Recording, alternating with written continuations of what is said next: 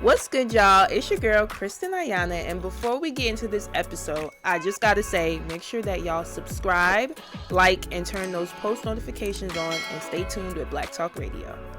Welcome to Black Talk Radio, hosted by Kristen Ayana. Listen as we discuss the latest in Black culture, Black news, and Black entertainment. What's good, y'all? It's your girl, Kristen Ayana, and welcome back to Black Talk Radio, where we discuss the latest in Black culture, news, and entertainment. Now, I'm very excited because we got a special guest in the building today. Thank you so much for being here. Thank you for having me. So, who we got? Who are you? Okay, so I'm Tiana Kamil. A lot of people knew me growing up as Tink. Mm-hmm. So it's all of those things. I am a mom. I'm just a girl. Literally. I'm just a girl, but I find myself doing so many things. So I'm a mom. I'm a business owner. Mm-hmm. I am a model. I'm everything. I'm a friend, a sister. I'm all of the above. So.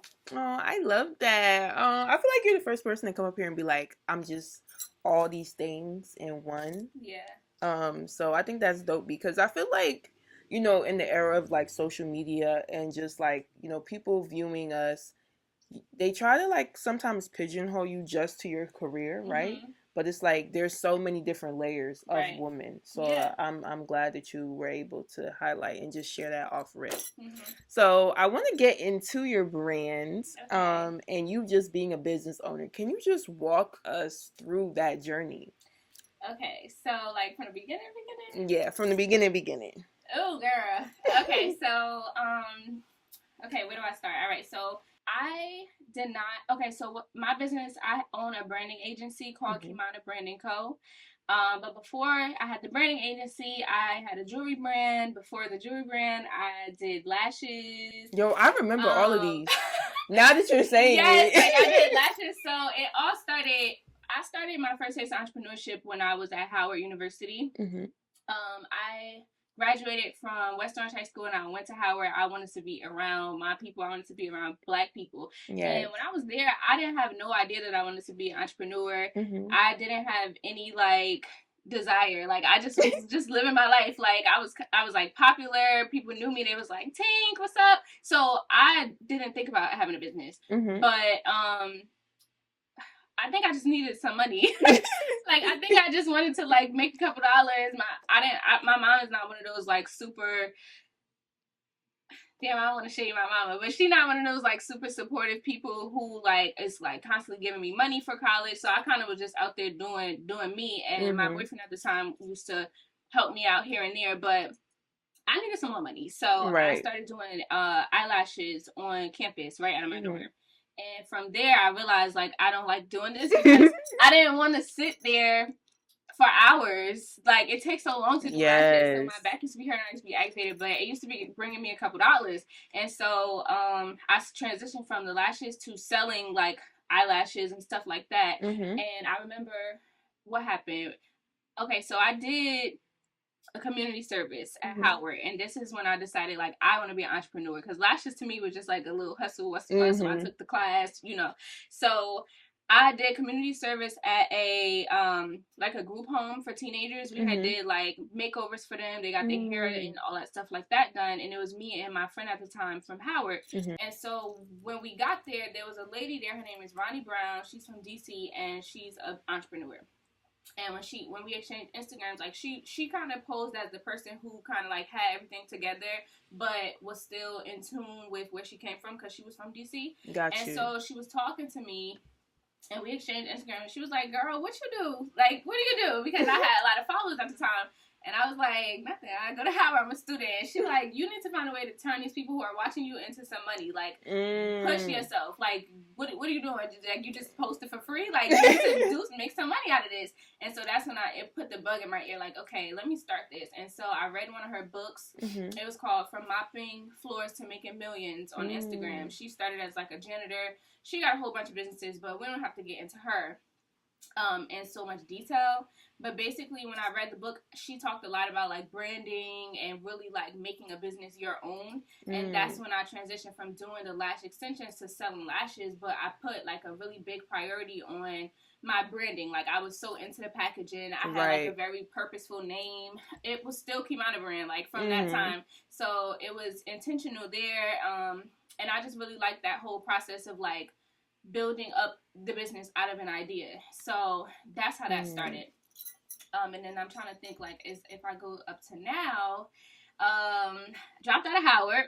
I couldn't afford to stay, and that was really sad and hard for me, for sure, like being a college dropout, because I had my sights set on graduating from Howard, but it just didn't work that way. And so after I realized, like, I can't continue to pay for this, and they stopped letting me register, because I was going to keep registering too, but they literally stopped me. So I'm like, you know what, whatever. And so I already lived in DC.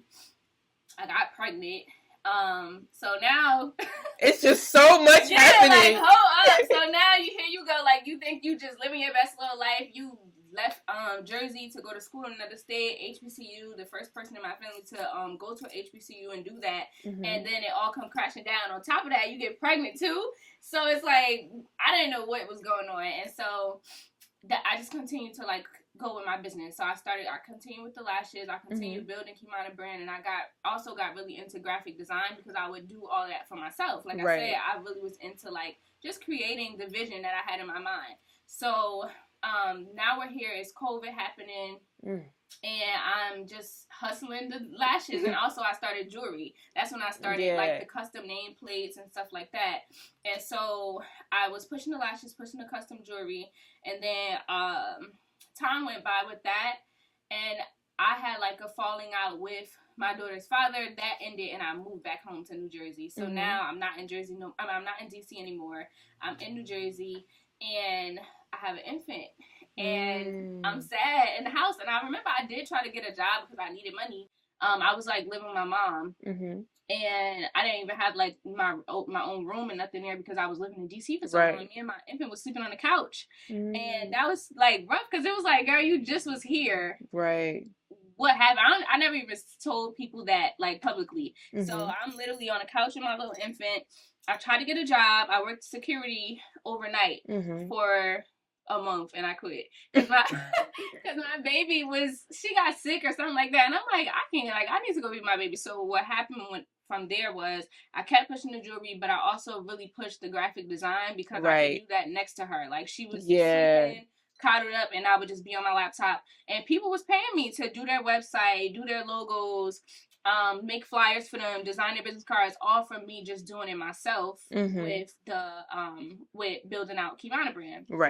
And so it went from there. And now, if we fast forward a little bit of time, I also really didn't like doing graphic design that much. Like, it's one of those things that I'm really good at, but I'm not, like, I don't have that much fun doing it. But I realized that I really enjoy branding. So with my jewelry brand, I started taking it up a notch. Like, okay, let me really, like, tell a story with this brand and bring, like, just capture the audience of who I want. So I wanted it to be, like, extremely feminine, extremely girly, and just make you feel like that girl. So my branding, all my photo shoots, the way I spoke, my entire feed, if you pull it up now, you'll see, like, the entire thing is it just captivates a very, like, feminine girly girl. Right. And so I realized, like, maybe it shouldn't be graphic design you're focused on. Maybe you should focus on telling the stories of other people's business visions. And that's where the branding agency got created, because I started to basically, like, if you told me a business idea, you would come to me, tell me the idea, and I would be like, okay, like, we would go a little bit deeper into, like, where the idea came from, why,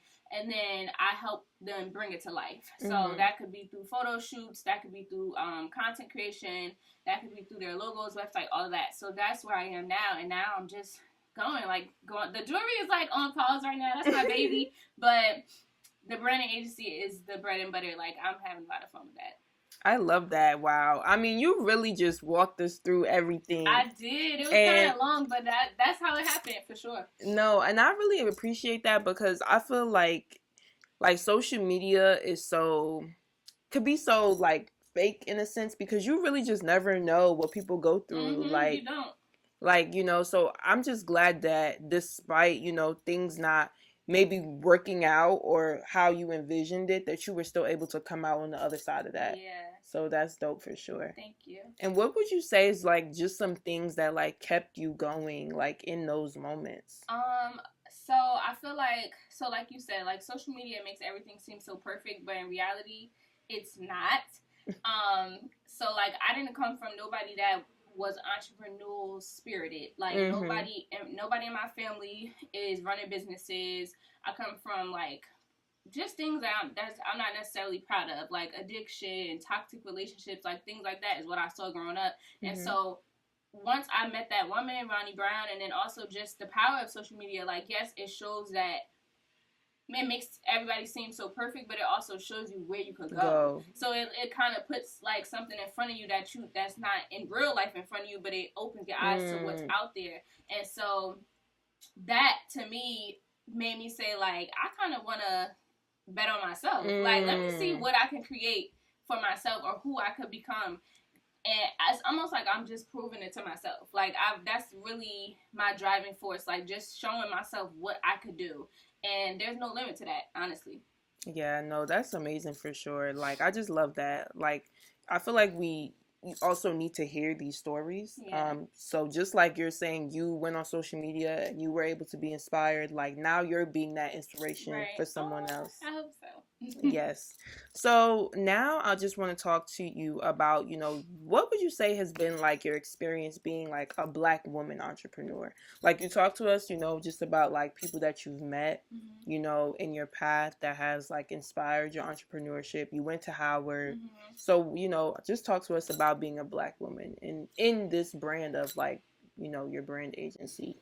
I want to say, I mean, I guess from the beginning, just being Black in West Orange. Like, West Orange High School was very diverse, but the kids that were Black didn't. I was a little too, like, urban for them because I was from Newark still. Like, and I came from that.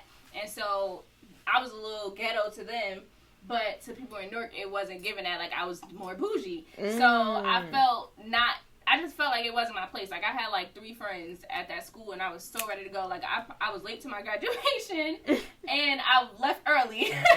And I could not wait to get to Howard because of that, so I could be around more Black people. But at Howard, I feel like I realized that it wasn't enough to just be pretty, and it wasn't enough to just be popular, because the Black girls there, they was beautiful, they dressed nice, and their rap sheet was extensive. I'm talking about, like, we're in college, they starting their own podcast, they're traveling abroad to Spain for 2 semesters at a time, they're starting organizations, and I didn't come from that type of stuff to be so innovative.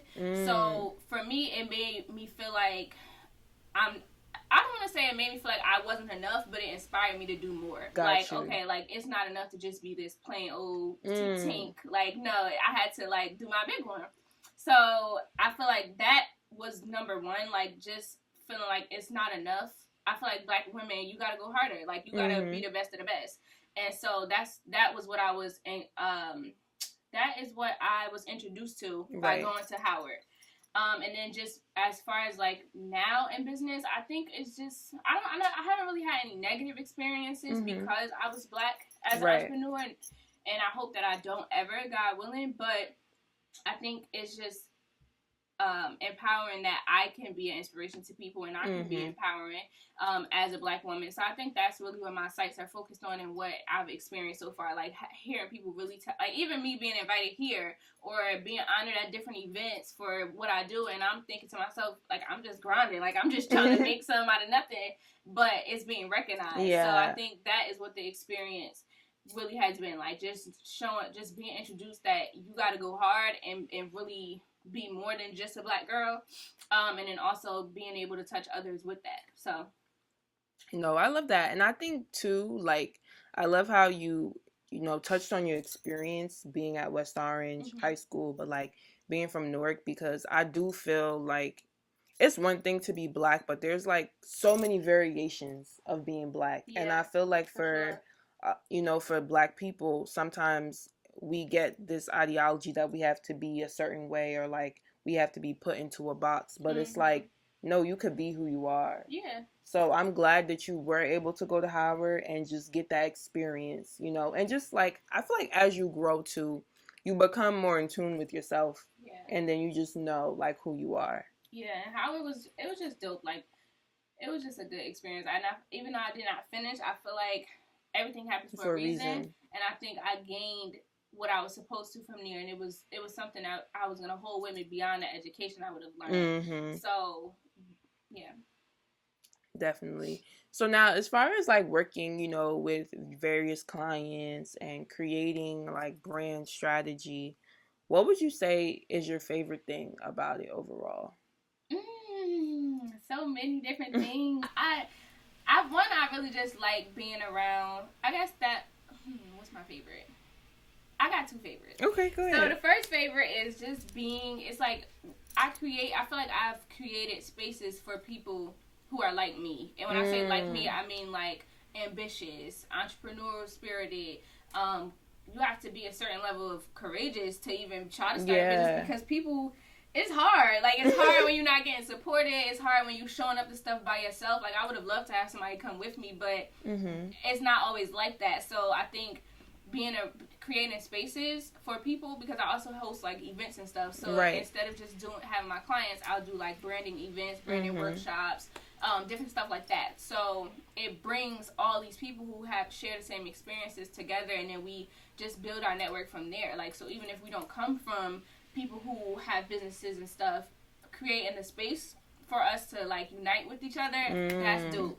And then a second favorite is what's the second? Oh, people's reactions. So like I said, I will bring their vision to life. So everybody knows why they started their business, where it came from, where the idea is from, but sometimes they can't put it into action. They can't actually make it happen. So my strategies, and then I just feel like I help them execute it by like, I'm booking you the photographer, I'm telling you this is the location, I'm telling you this is how you should pose, this is what you should wear.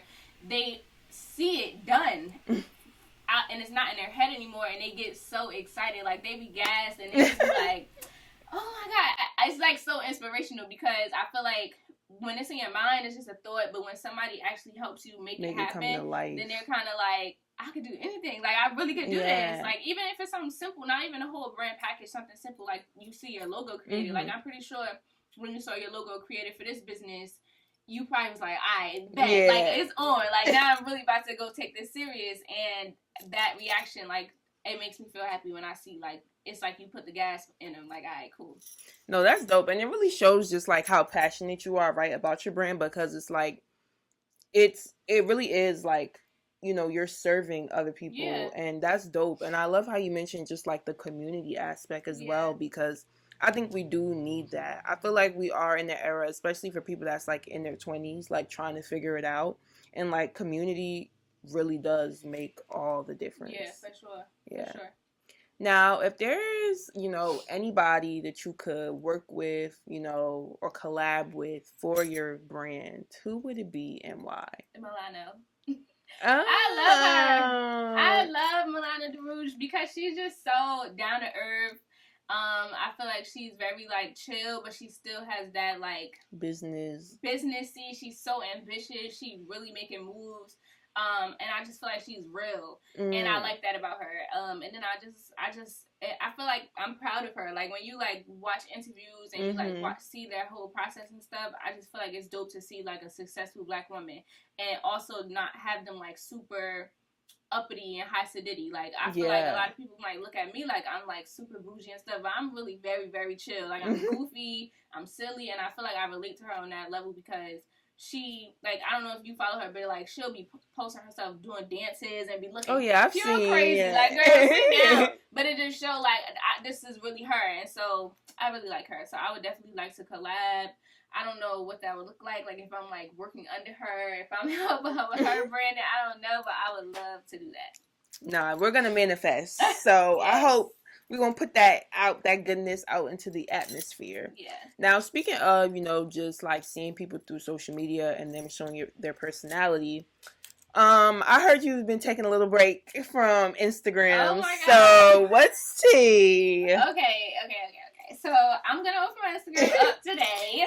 I swear I'm gonna do it, but so I just turned 25 on March 30th, and happy belated. Thank you. And when I came back from vacation, I deactivated my Instagram, and I'm not gonna close it forever because I do feel like I make a lot of connections through my personal Instagram. My business account is still open, right? So I've just been like present on there, but I felt like I was conflicted because I want to push my business. I want to like really grow that branding agency, and I felt like when I was promoting on that page, it was not resonating as good as it could, and it was like, what is the problem? Like, these people are clearly not who I want to be in cahoots with. Like, so I said, let me deactivate it and focus on my business page. But in this break, because it's been a little over a month now, so in this break, I realized that it's not necessarily that I can't be active with them. I just have to work with that community